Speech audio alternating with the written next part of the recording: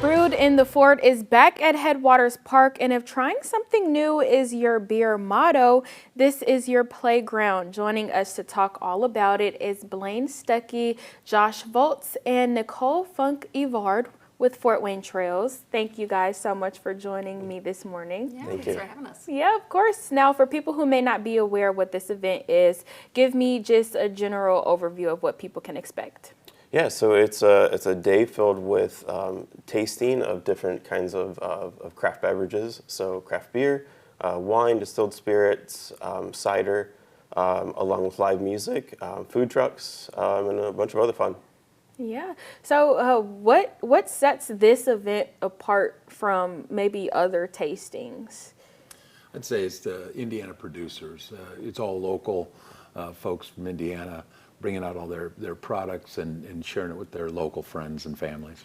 Wow, no, that is amazing. And benefiting the trails Yeah, that for is several true. years now. That is true. That is true. Now, speaking of, what kind of made you guys come up with that collaboration? Why is it important, I guess, to add that in?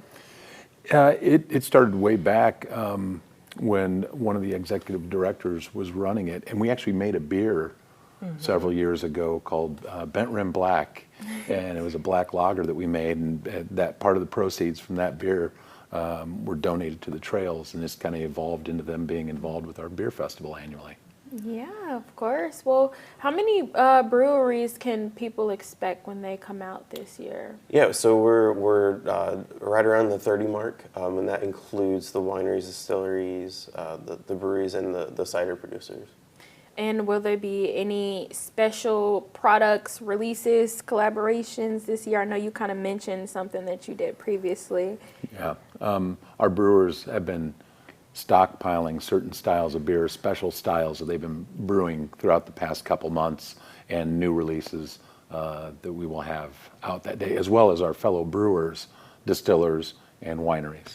Yeah, and talk to me a little bit more about how this goes to benefit the trails, and I guess how you guys feel being brought into this event. Yeah, we're so excited to be tied to this event and to be doing this year after year with Matt Anthony's.